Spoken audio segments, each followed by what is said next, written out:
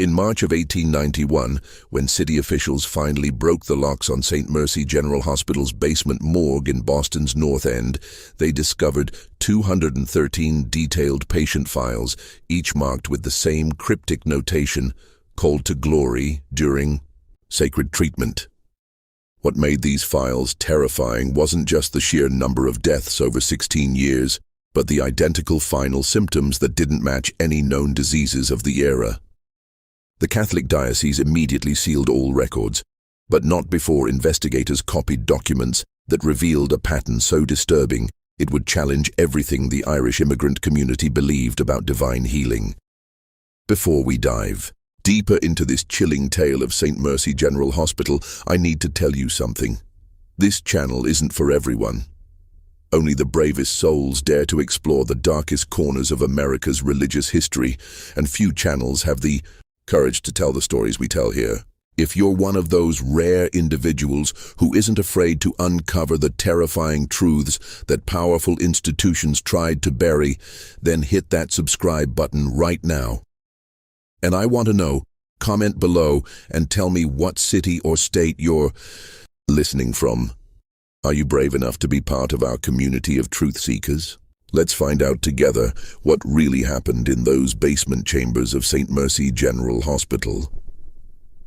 The story I'm about to tell you begins in 1874, but its roots stretch back to the terrible potato famine that drove hundreds of thousands of Irish Catholics to America's shores, carrying nothing but hope and desperate faith.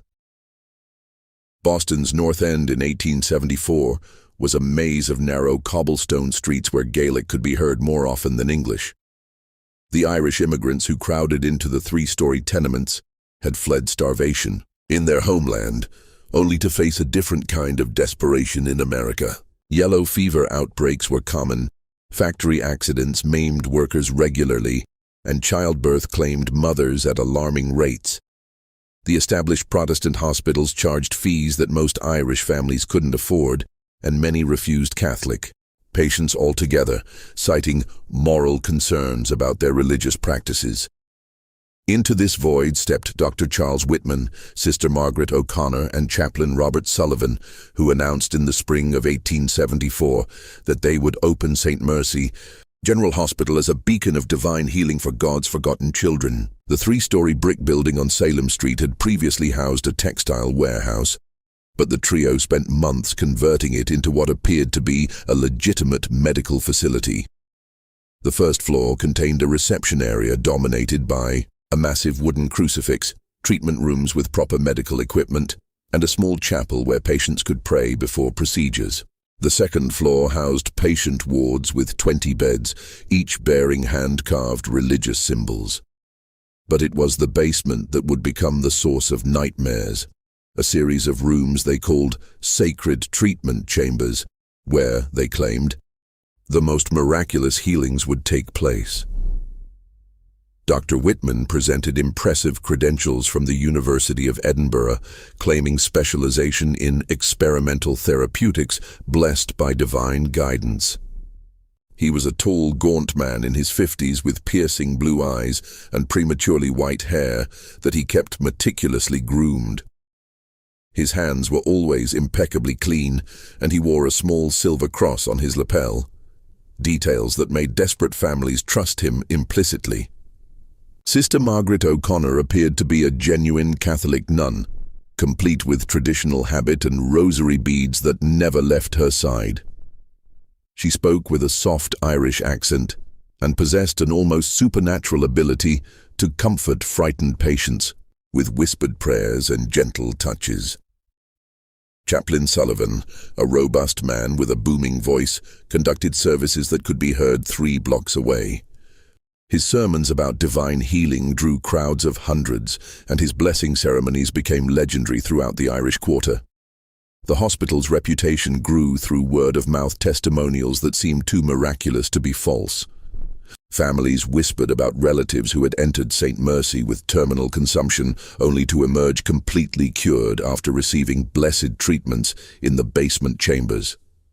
Stories spread of broken bones healing overnight, of children's fevers breaking instantly after receiving sanctified medicine, and of elderly patients regaining strength they hadn't possessed in decades.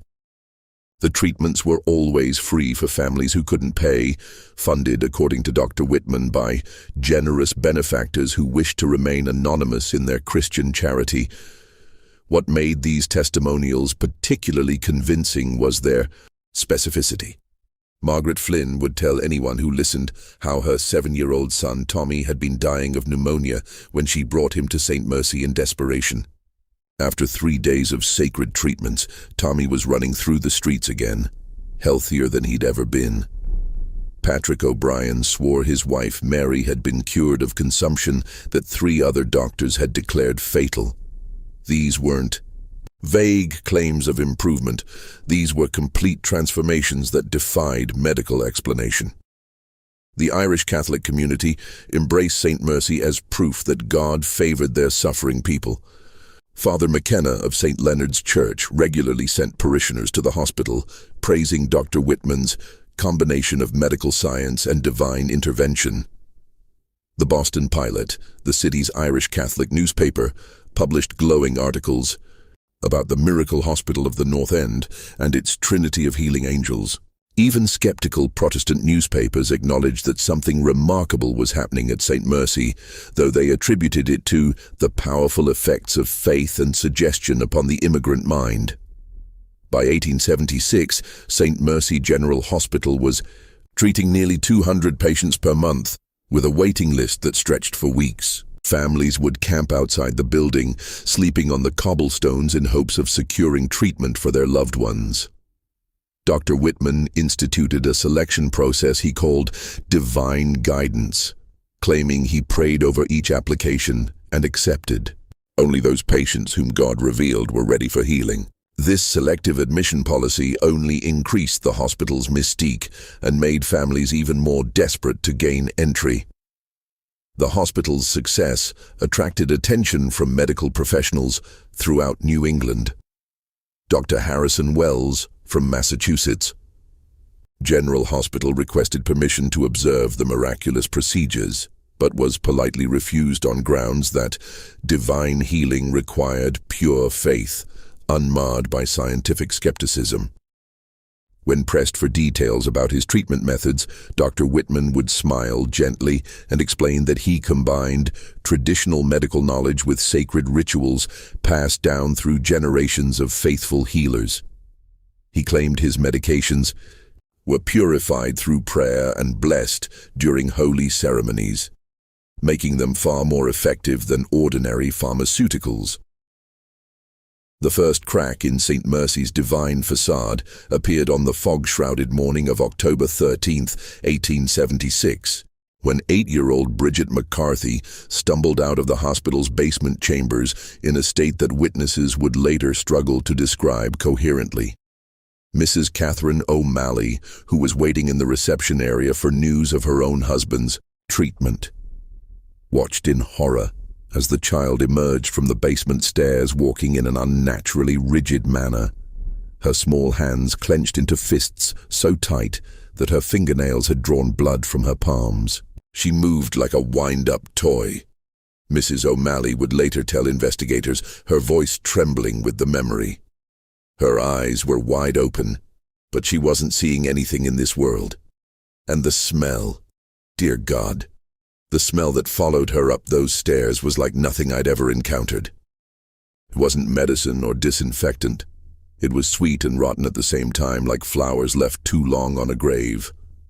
Bridget's lips were moving constantly, but no sound emerged. When Sister Margaret O'Connor rushed to intercept the child, Bridget suddenly began speaking in what sounded like Latin, though her voice carried an otherworldly quality that made several witnesses cross themselves instinctively. The words weren't the familiar Latin of church services, but something older, more guttural, that seemed to come from deep within her chest rather than her throat. Dr. Whitman appeared within moments, his usual calm demeanor replaced by visible agitation. He swept Bridget into his arms and carried her back toward the basement, but not before Mrs. O'Malley noticed something that would haunt her dreams for years to come. The child's fingernails, which had been normal when her mother brought her in 2 days earlier, were now completely black, as if they'd been dipped in ink or burned from within. "She's experiencing divine visions," Dr. Whitman explained hastily to the concerned families in the waiting area. "Sometimes the sacred treatments open doorways to heavenly realms that overwhelm young minds. She needs complete quiet and continued prayer to return safely to our world." His words were reassuring, but his hands shook slightly as he spoke, and beads of perspiration dotted his forehead despite the cool October air. Bridget McCarthy was never seen again. When her mother, Ellen McCarthy, arrived the following day to check on her daughter's progress, Sister Margaret O'Connor met her at the reception desk with tears in her eyes and devastating news. Little Bridget had been called home to God during the night, her small heart unable to withstand the overwhelming joy of divine communion.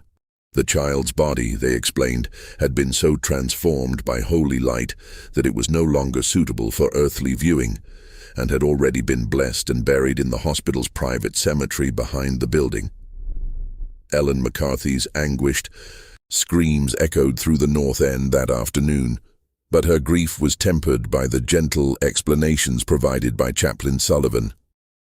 He spent hours with the bereaved mother, explaining how blessed she was to have given birth to a child so pure that God had chosen her for immediate sainthood. Bridget hadn't died, he assured her. She had graduated to a higher realm of existence and was now interceding in heaven for other sick children who needed healing. The story might have ended there, just another tragic loss in a community accustomed to death. Except for what happened 3 days later.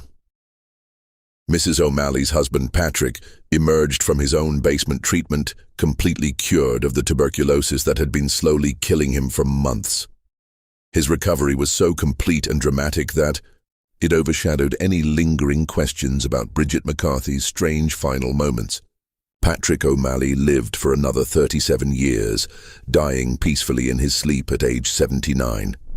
His lungs perfectly healthy until the day he died. Word of Patrick's miraculous cure spread through the Irish Quarter like wildfire.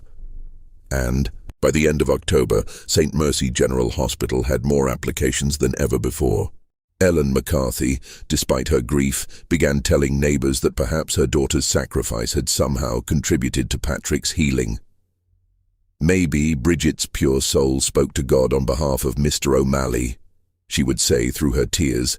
"Maybe her death wasn't meaningless after all." But Mrs. O'Malley couldn't forget what she'd witnessed, and she began paying closer attention to the other patients who received basement treatments.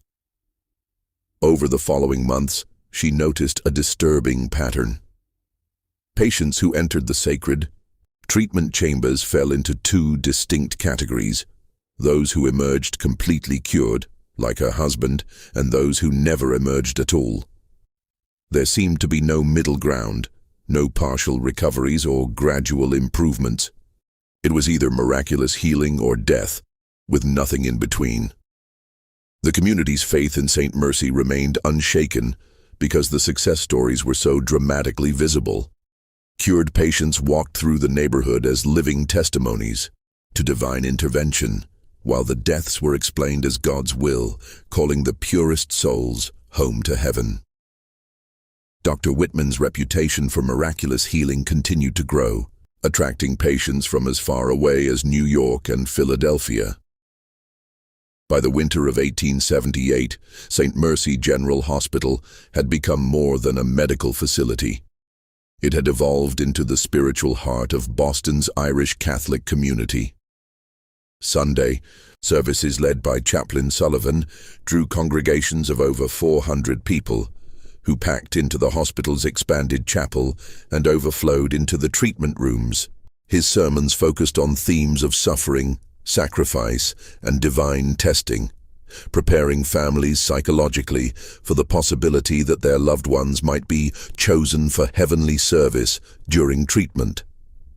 Dr. Whitman's methods became increasingly ritualized during this period.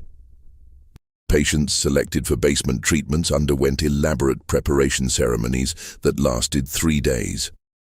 Sister Margaret O'Connor would lead them through intensive prayer sessions, fasting, and what she called spiritual purification rituals that involved consuming special teas made from herbs she claimed were blessed by bishops in Rome.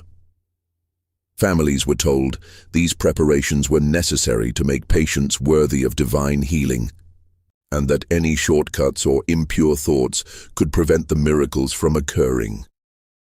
The hospital's success attracted the attention of wealthy Catholic families throughout New England, who began making substantial donations to support the miracle work being performed in Boston's North End. The Fitzgerald family of Providence donated $5,000 in 1879 after their daughter's consumption was cured following a week of basement treatments. The O'Briens of Hartford contributed $3,000 after their son's broken spine was healed overnight. These donations allowed Dr. Whitman to expand the basement facilities, adding what he called advanced sacred treatment chambers that were equipped with specialized apparatus he claimed were designed according to divine blueprints revealed through prayer and meditation. However, not everyone in the medical community was convinced of St. Mercy's legitimacy. Dr. Samuel Richardson of Boston City Hospital had been quietly documenting the death certificates filed by St. Mercy General Hospital, and he noticed several disturbing anomalies. The causes of death listed on the certificates often didn't match the symptoms described by family members before treatment began. Patients who entered with consumption were listed as dying from heart failure. Children brought in with broken bones were recorded as succumbing to brain fever. Most puzzling of all, the time of death was always listed as occurring between 2 and 4 a.m., regardless of when family members reported their loved ones actually passing away. Dr. Richardson's concerns deepened when he attempted to examine some of the bodies at Flanagan's funeral home, which handled burials for families who couldn't afford more expensive establishments. Michael Flanagan, the funeral director, confided that bodies from St. Mercy General Hospital arrived in sealed coffins with explicit instructions that they were not to be opened under any circumstances. The hospital claims it's for public health reasons, Flanagan explained nervously. But I've been handling diseased bodies for 20 years, and I've never seen restrictions like these. They deliver the coffins in the middle of the night, always with 2 men who watch me sign the paperwork and leave immediately. Something about it just doesn't sit right. When Dr. Richardson attempted to discuss his concerns with city health officials, he was told that St. Mercy General Hospital was under the protection of the Catholic Diocese of Boston and that any investigations would need to be authorized by church authorities rather than civil government. Bishop Williams himself had visited the hospital several times and publicly praised Dr. Whitman's integration of medical science with divine healing. The bishop's endorsement made it virtually impossible for secular authorities to investigate the hospital without appearing to attack the Catholic Church itself. Meanwhile, Mrs. Catherine O'Malley had been conducting her own informal investigation, motivated by memories of young Bridget McCarthy's terrifying final moments. She began visiting families who had lost loved ones at St. Mercy, offering comfort and sympathy while carefully documenting their stories. What she discovered was a pattern of similarity that went far beyond coincidence. Every family described identical final symptoms: violent seizures that lasted exactly 13 minutes, fingernails that turned completely black, and a sweet, rotting smell that lingered in their clothing for weeks after death. Even more disturbing were the testimonies about what happened immediately before death. Multiple witnesses described hearing their family members speaking in unknown languages, reciting what sounded like mathematical equations or chemical formulas in voices that didn't sound entirely human. Sarah Murphy swore her dying husband had spent his final hour reciting a list of numbers in perfect sequence, as if he were reading from an invisible document. He kept saying the same numbers over and over, she told Mrs. O'Malley through tears. 73.4, 41.7, 92.1. Then he would pause exactly 30 seconds and start again. His voice got deeper each time, like someone else was speaking through him. Thomas Kelly reported that his daughter had described in precise detail the interior of buildings she had never visited and people she had never met, as if she were observing events happening in distant locations. Little Mary told me about a room with walls covered in bottles filled with colored liquids and men in white coats writing in leather books, he recounted with visible distress. She described exactly how many windows were in a building across town that she'd never seen, and she knew the names of people who worked there. But the strangest part was how she said it, not like a child playing pretend, but like she was reporting what she could see right in front of her eyes. Perhaps most disturbing was the testimony of widow Elizabeth Connolly, whose husband Sean had died after receiving treatment for a broken leg sustained in a dock accident. Sean was never an educated man, she explained to Mrs. O'Malley, wringing her hands nervously. He could barely write his own name. But in his final hours he was speaking perfect Latin, not the Latin from church services, but something else entirely. Father McKenna came to give last rites, and even he didn't recognize the words Sean was saying. The priest told me later that some of it sounded like ancient medical terminology that only university-trained physicians would know. Elizabeth's account became even more chilling as she continued. But what really frightened me was how Sean's personality changed completely. He became cold and calculating, asking me questions about our finances, our family connections, and whether anyone would come looking for him if he disappeared. These weren't the confused ramblings of a dying man. They were the methodical inquiries of someone gathering intelligence. When I asked him why he wanted to know such things, he looked at me with eyes that didn't seem like his anymore and said, "Information has value, Elizabeth. Everything has value if you know the right buyers." Mrs. O'Malley also documented the case of young Timothy O'Brien, age 12, who had been brought to St. Mercy with severe pneumonia. His mother, Margaret O'Brien, described symptoms that defied medical explanation. Timothy began speaking in what sounded like German or some other foreign language, Margaret reported, her voice barely above a whisper. But he was also drawing pictures, detailed diagrams of mechanical devices and chemical apparatus that no 12-year-old should be able to imagine, let alone draw with such precision. When I asked him where he learned to draw such things, he said the pictures were already in his head, waiting to be drawn. The most unsettling aspect of Timothy's case was his apparent knowledge of future events. He told me exactly when the church bells would ring each day, predicted when it would rain, and knew which neighbors would visit before they arrived, Margaret continued. But he also predicted his own death down to the exact minute. On his final morning, he told me he would die at 3:47 in the afternoon, and that his body would be taken away in a wooden box that same evening. Everything happened exactly as he said it would. Just when Mrs. O'Malley thought she was uncovering evidence of something sinister, she would encounter one of the miracle patients whose recovery was so complete and dramatic that it challenged her growing suspicions. Her own husband, Patrick, remained perfectly healthy, with lung capacity that surpassed men half his age. Michael Sullivan had recovered from injuries sustained in a construction accident that should have left him permanently paralyzed. Yet he now worked 14-hour days without showing any signs of fatigue. These success stories were impossible to dismiss or explain away, creating a maddening paradox that kept the community's faith intact despite mounting evidence that something was terribly wrong. The winter of 1880 brought an unusually harsh blizzard that trapped Boston under 4 feet of snow for nearly 2 weeks. During this period, when the hospital was completely cut off from the outside world, neighbors reported seeing strange lights emanating from the basement windows at all hours of the night. The lights weren't the steady glow of oil lamps or gas fixtures. but flickering colored illumination that shifted between green, blue, and deep purple. When the storm finally ended and normal operations resumed, 17 patients who had been receiving treatment during the blizzard were reported as having ascended to heavenly glory during the sacred storm.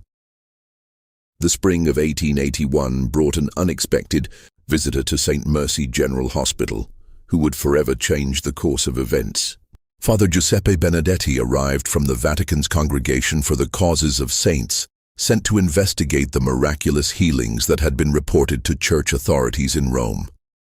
Unlike the local clergy, who had embraced St. Mercy without question, Father Benedetti possessed a methodical, almost scientific approach to evaluating claimed miracles.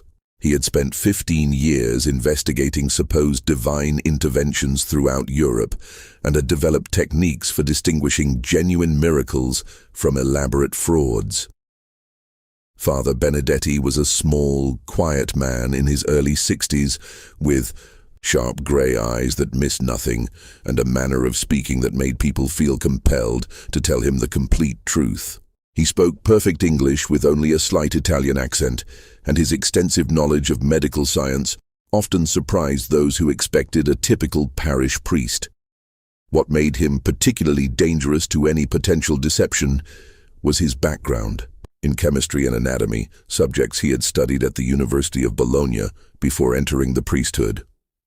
Dr. Whitman welcomed Father Benedetti with apparent enthusiasm, offering him complete access to patient records and treatment facilities. "We have nothing to hide from God's representative," he declared publicly, though Mrs. O'Malley noticed that the doctor's hands trembled slightly when shaking the priest's hand. "Our work here is blessed by divine grace, and we welcome any opportunity to demonstrate the miraculous power of faith combined with medical knowledge." Father Benedetti began his investigation by examining the documented cases of miraculous healing, requesting detailed medical records from before and after treatment. What he discovered immediately raised concerns. The before records were typically quite detailed, listing specific symptoms, vital signs, and progression of disease. However, the after records were remarkably sparse, usually containing only a single notation. Patient responded completely to sacred treatment. All symptoms resolved. Discharged in perfect health. When Father Benedetti requested to interview some of the miraculously cured patients, he encountered unexpected obstacles. Many of the most celebrated success stories had apparently moved away from Boston shortly after their recovery, leaving no forwarding addresses. Others had died from unrelated causes despite their supposed perfect health. Of the patients he could locate and interview, several exhibited strange memory gaps about their treatment experience. They remembered entering the basement chambers and then waking up completely healthy, but had no recollection of what happened during the actual procedures. Michael Sullivan, the construction worker who had recovered from paralyzing injuries, agreed to meet with Father Benedetti, but struggled to provide coherent details about his healing experience. "It's the strangest thing, Father," he admitted, scratching his head in confusion. "I remember Sister Margaret giving me some tea that tasted like bitter almonds, and then everything becomes fuzzy. I had dreams, at least I think they were dreams, of floating above my body and watching men in white coats doing things to me that I couldn't quite see clearly. When I woke up, I could move my legs again, better than before the accident. But sometimes I have nightmares about being in a place that was both very hot and very cold at the same time, and hearing voices speaking in languages I didn't recognize." Father Benedetti's investigation took a more serious turn when he requested permission to observe one of the sacred treatment sessions firsthand. Dr. Whitman initially agreed, but then imposed increasingly restrictive conditions. The priest would need to undergo the same 3-day purification ritual as the patients. He would be required to take vows of silence about anything he witnessed.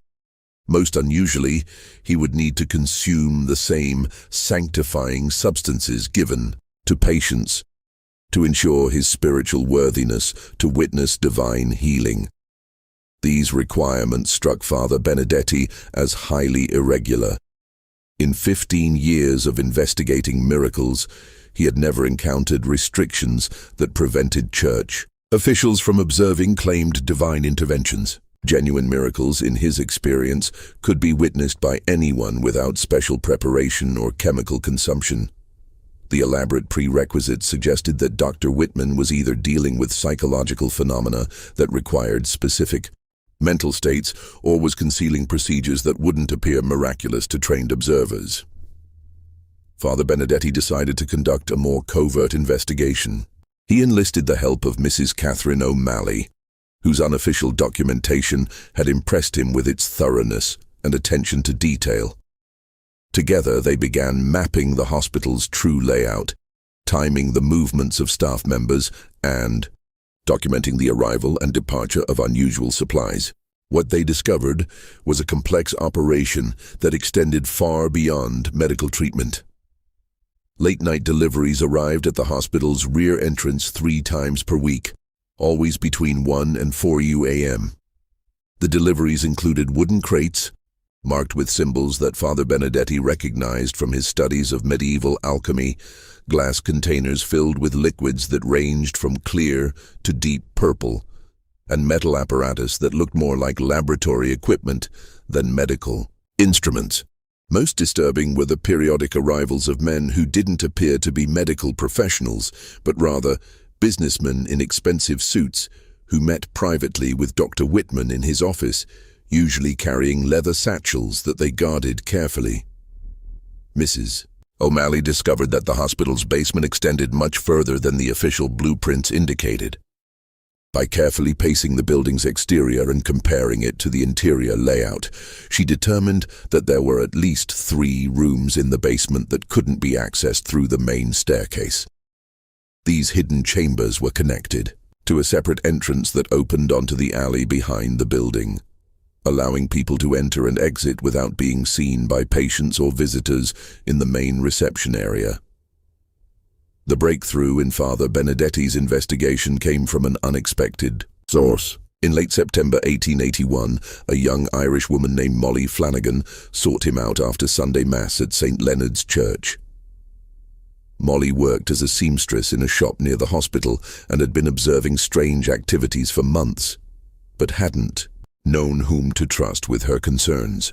Her testimony would prove to be the key that unlocked the horrifying truth about St. Mercy General Hospital. "Father, I work late into the evenings, often until past midnight," Molly explained in hushed tones, constantly glancing around to ensure they weren't overheard. "My shop window faces the back alley behind the hospital, and I've seen things that don't make sense for a place of healing. 3 nights ago, I watched 4 men carry what looked like a body wrapped in canvas from the hospital's rear door to a wagon. But here's what made my blood run cold. The body was moving, not like someone who was alive and struggling, but twitching and jerking like it was being shocked with electricity." Molly's observations became even more disturbing as she continued. "I've seen them burning things in metal barrels behind the building, always in the middle of the night. The smoke that comes from those fires isn't normal.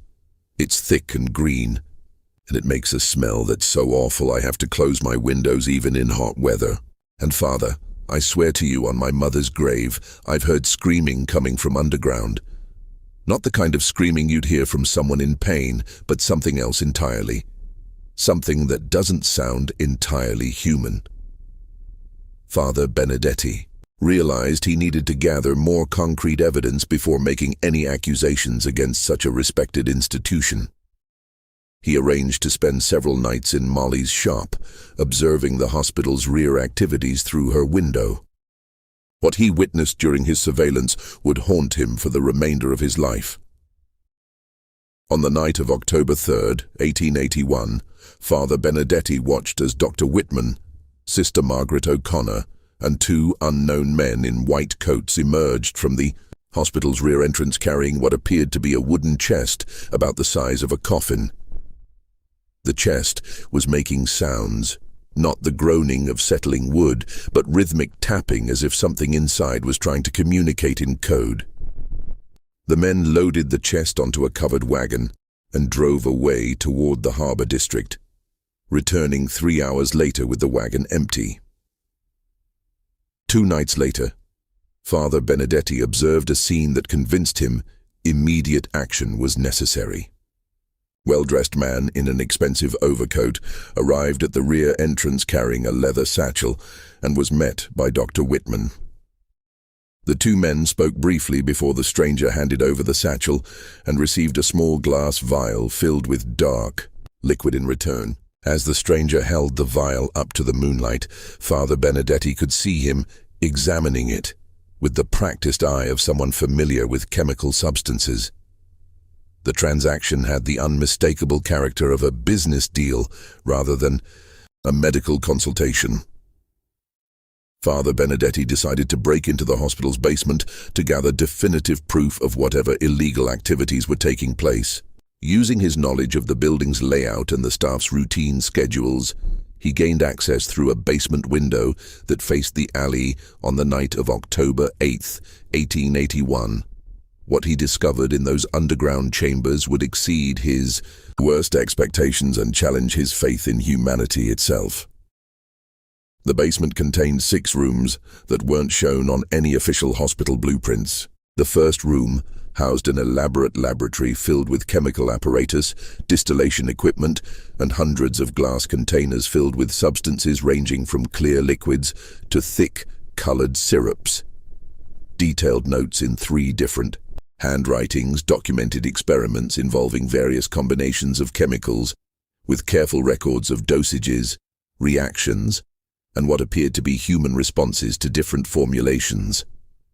Father Benedetti examined the laboratory notes with growing horror as he realized the sophistication of the operation. The experiments were organized into distinct categories. Neurological response studies involved compounds designed to alter brain function and consciousness. Detailed charts tracked how different dosages of mercury-based solutions affected patients' ability to speak, remember, and recognize family members. Cardiovascular tolerance testing documented the effects of digitalis and other heart-affecting substances, with precise measurements of how much poison a human heart could withstand before failure. Most disturbing were the consciousness transfer experiments, attempts to use chemical compounds to create states where patients would speak with knowledge they had never possessed. The notes described successful trials where subjects under the influence of experimental formulations had demonstrated abilities to read Latin texts, perform mathematical calculations beyond their education level, and describe locations they had never visited. The researchers believed they were chemically accessing some form of universal knowledge, though Father Benedetti suspected the truth was far more sinister. They were systematically destroying patients' minds while documenting the process for European buyers. The laboratory contained apparatus that Father Benedetti recognized from his university studies, but arranged in configurations he had never seen before. Copper coils were connected to glass vessels containing human organs suspended in preservative solutions.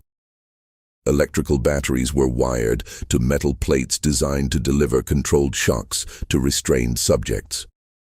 Most chilling was a series of injection devices calibrated to deliver precise doses of experimental compounds directly into patients' spinal columns and brain tissue. Glass containers lined the walls, each labeled with cryptic codes and containing specimens that made Father Benedetti's stomach turn. Brain tissue samples were preserved in clear liquids, marked with notations about the subject's final words and behavioral changes. Heart specimens showed evidence of chemical damage, with detailed notes about the progression of organ failure under different toxic exposures. Liver samples demonstrated the effects of prolonged poison exposure, documenting exactly how various compounds accumulated in human tissue over time. The second room contained medical equipment that Father Benedetti didn't recognize. Metal tables, with leather restraints positioned at precise angles. Apparatus that looked designed to deliver controlled electrical shocks to specific parts of the human body, and instruments that appeared to be intended for surgical procedures on conscious patients. Most disturbing were the detailed anatomical charts on the walls, marked with notations about optimal injection sites, maximum tolerance thresholds, and preferred extraction points for organ harvesting. Surgical instruments were arranged with military precision, each tool designed for specific procedures that seemed to prioritize data collection over patient survival. Bone saws were marked with measurements for precise cranial openings. Injection needles of various sizes were calibrated for different depths of tissue penetration. Collection vessels were designed to capture and measure blood loss, organ fluids, and other biological specimens during procedures. The most sophisticated equipment appeared to be designed for monitoring patients during experimental procedures. Mechanical devices tracked heart rate, breathing patterns, and body temperature while subjects underwent testing. Recording apparatus documented patients' verbal responses and physical reactions to different compounds.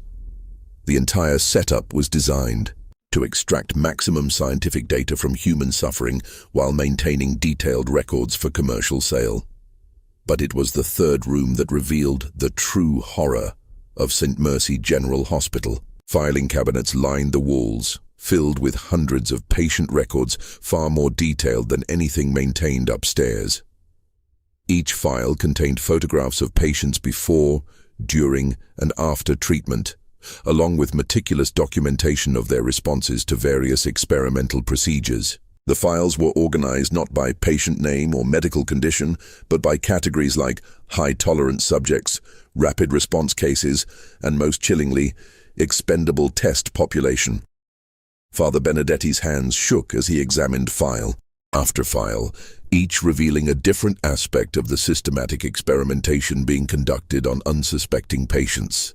The records showed that Dr. Whitman and his associates were testing pharmaceutical compounds for what appeared to be European chemical companies, using poor Irish immigrants as unwilling test subjects. The miraculous cures were the result of patients who survived experimental treatments that proved effective. The deaths were patients who had received lethal doses or reacted fatally to toxic substances. The files revealed the true identities of the hospital's staff. Dr. Charles Whitman was actually Dr. Klaus Weissmann, a German physician who had been expelled from the University of Heidelberg for conducting unauthorized human experiments. Sister Margaret O'Connor was Margaret Osborne, a former nurse who had been dismissed from London Hospital for stealing morphine and falsifying patient records. Chaplain Robert Sullivan was Robert Steinberg, who had never been ordained as a priest, but had learned to conduct convincing religious services during a stint as a confidence man in Philadelphia. Just as Father Benedetti was photographing the most damning evidence with a small camera he had brought for documentation purposes, he heard footsteps on the basement stairs and realized his investigation was about to be discovered. The truth was now within his grasp, but he would need to escape alive to expose the horrifying conspiracy that had claimed 213 innocent lives under the guise of divine healing.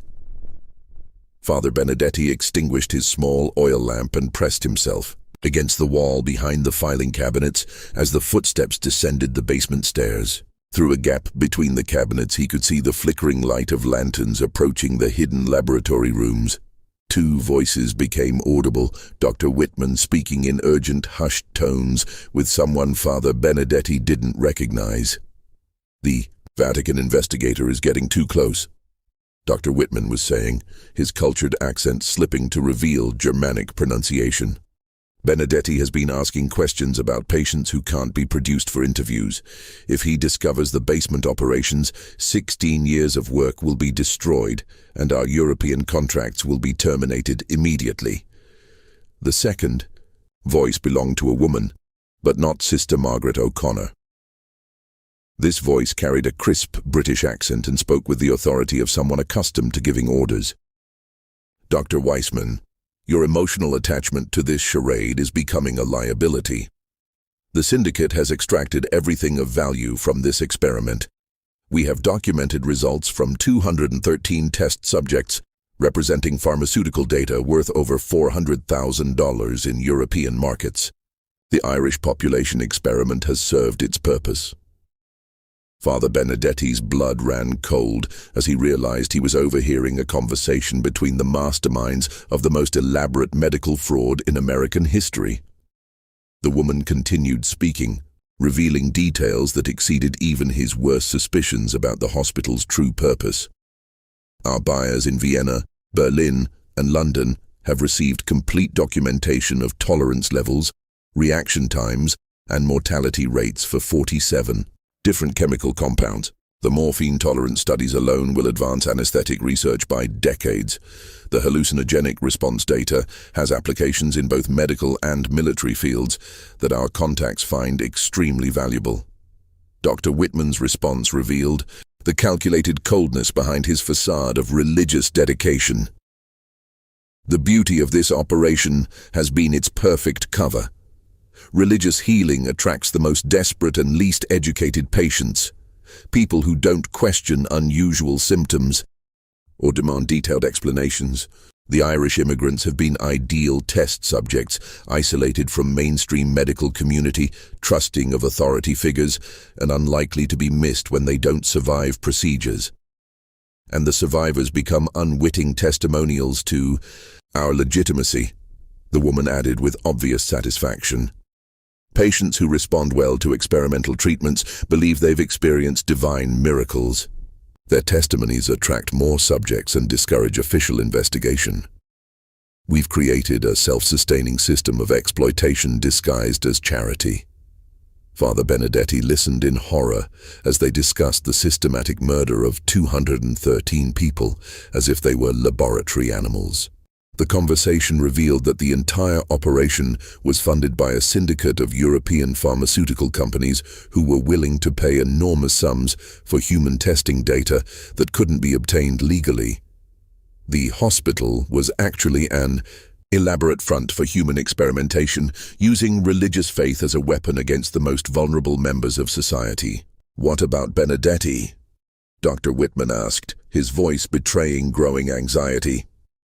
"If he completes his investigation and reports to Rome, the Catholic Church will demand a full investigation by American authorities.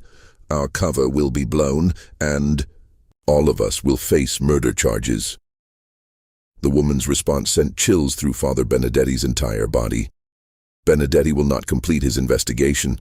Tomorrow night, he will volunteer to undergo the same sacred treatment that has claimed so many others. The good father will experience a tragic reaction to our experimental compounds, and his death will be recorded as divine calling during prayer, another martyr to add to St. Mercy's reputation for spiritual transcendence. "How do you propose to force him into treatment?" Dr. Whitman inquired. "Sister Margaret has already begun adding mild psychoactive compounds to the communion wine at St. Leonard's Church," the woman explained with clinical detachment. "Benedetti has been consuming trace amounts of our experimental formulations for 3 weeks, without realizing it. By tomorrow, his judgment will be sufficiently impaired that he can be convinced to undergo voluntary treatment for spiritual purification. Once he's in the basement chambers, he'll receive the same lethal doses that eliminated the other patients who became too curious about our methods." Father Benedetti realized he had perhaps 12 hours to gather evidence, escape from the hospital, and alert authorities before becoming the 214th victim of this monstrous conspiracy. But as he began to move toward the basement window through which he had entered, his foot struck a metal container, producing a sound that echoed through the stone basement chambers. The conversation upstairs stopped immediately. After a moment of terrifying silence, Dr. Whitman's voice called out with deceptive calmness, "Father Benedetti, there's no need to continue hiding. We know you're down there, and we know exactly what you've discovered. Why don't you come upstairs so we can discuss this situation like civilized people?" Father Benedetti's mind raced as he realized his only chance of survival lay in immediate escape. He could hear footsteps moving toward the basement stairs and knew that within moments the laboratory would be surrounded. Clutching the photographs and documents he had gathered as evidence, he moved quickly toward the basement window, praying that his aging body could still move with the agility his desperate situation required. As he reached the window, Father Benedetti heard Dr. Whitman's voice behind him, no longer maintaining its facade of genteel courtesy. "You have interfered with 16 years of groundbreaking medical research, priest. The data we've collected from our subjects will advance pharmaceutical science by generations.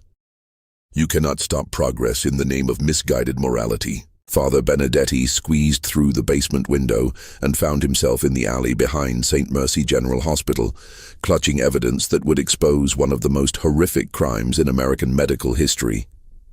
Behind him, he could hear sounds of pursuit, but he also heard something else that made his blood freeze. The distinctive sound of someone loading a rifle. The hunt for the Vatican investigator had begun, and he would need to reach safety before dawn if he hoped to live long enough to reveal the truth about the 213 victims of St. Mercy's unholy experiments. Father Benedetti's desperate flight through the pre-dawn streets of Boston's North End led him directly to the office of Dr. Samuel Richardson at Boston City Hospital, the one physician who had consistently questioned St. Mercy's miraculous claims. Together, they spent the remaining hours before sunrise examining the photographs and documents that revealed the full scope of the conspiracy. Dr. Richardson's medical expertise allowed him to interpret the experimental data with horrifying clarity. "These aren't random experiments," Dr. Richardson explained as he studied the detailed patient files. "This is systematic pharmaceutical testing on an industrial scale. Look at these dosage progressions. They were deliberately pushing compounds to lethal levels to establish maximum tolerance thresholds. And these chemical formulations, some of these substances weren't even known to exist in American laboratories. They were importing experimental compounds from European research facilities." The documentation revealed that the syndicate had been operating similar facilities in London, Berlin, and Vienna, using different vulnerable populations in each location. The Boston operation specifically targeted Irish immigrants because their isolation from mainstream American society made them ideal subjects for experimentation. When patients died, their deaths could be attributed to pre-existing conditions, divine will, or natural causes without triggering official investigations. Father Benedetti and Dr. Richardson faced a crucial decision about how to expose the conspiracy without allowing the perpetrators to escape justice.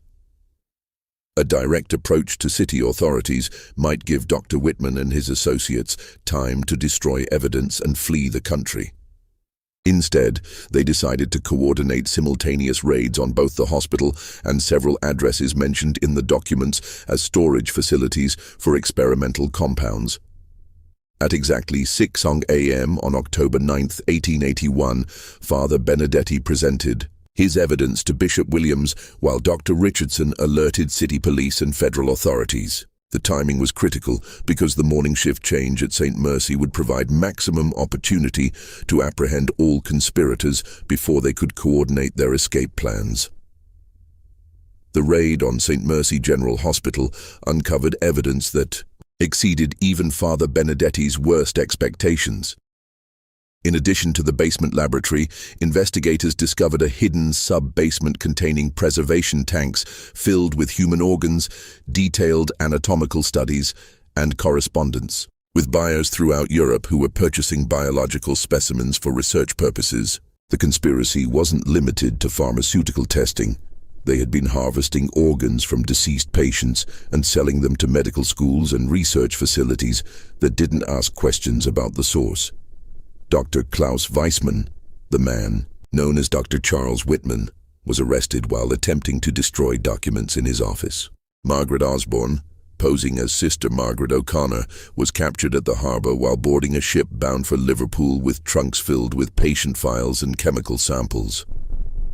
Robert Steinberg, the false chaplain, managed to escape initially, but was apprehended 3 days later in New York when he attempted to book passage to Hamburg under his real name. The arrests revealed connections to an international network of illegal human experimentation that stretched across 3 continents. European authorities used the evidence gathered in Boston to raid similar facilities in London, Berlin, and Vienna, ultimately exposing what newspapers called the most extensive medical conspiracy in modern history. The syndicate had been operating for nearly 2 decades, using religious institutions, orphanages, and charity hospitals as cover for systematic human experimentation. The fate of the 213 documented victims became a source of ongoing investigation and controversy. Exhumation of bodies from the hospital's private cemetery revealed that many coffins contained animal remains or were completely empty, suggesting that actual human remains had been shipped to European research facilities for continued study. Families who had believed their loved ones died natural deaths during medical treatment discovered they had actually been murdered for profit in elaborate pharmaceutical experiments. The few patients who had genuinely recovered from their illnesses presented a complex moral dilemma for investigators. These individuals had indeed been cured of serious medical conditions, but their healing had come at the cost of hundreds of other lives lost in experimental procedures. The treatments that saved them had been developed through systematic murder, creating a terrible paradox that challenged conventional notions of medical ethics and divine intervention. Mrs. Catherine O'Malley's husband, Patrick, whose miraculous recovery from tuberculosis had been one of St. Mercy's most celebrated successes, struggled with the knowledge that his healing might have contributed to the deaths of other patients. "How can I be grateful for my life when it came from such evil?" he asked Father Benedetti during one of their conversations after the conspiracy was exposed. "Was my recovery a blessing from God, or was I just lucky enough to survive something that killed 213 other innocent people?" The international scandal surrounding St. Mercy General Hospital led to significant reforms in medical oversight and religious institutional monitoring. The Catholic Church implemented new requirements for verifying the credentials and backgrounds of medical personnel operating under church auspices. American authorities established federal oversight of experimental medical procedures and required detailed documentation of all pharmaceutical testing involving human subjects. The building that housed St. Mercy General Hospital was demolished in the spring of 1882, but the site remained vacant for over 3 decades because local residents believed it was cursed. Eventually, the lot was purchased by the city and converted into a small park with a memorial plaque honoring the 213 victims of what became known as the St. Mercy Murders. The plaque's inscription reads simply, "In memory of those who sought healing and found death.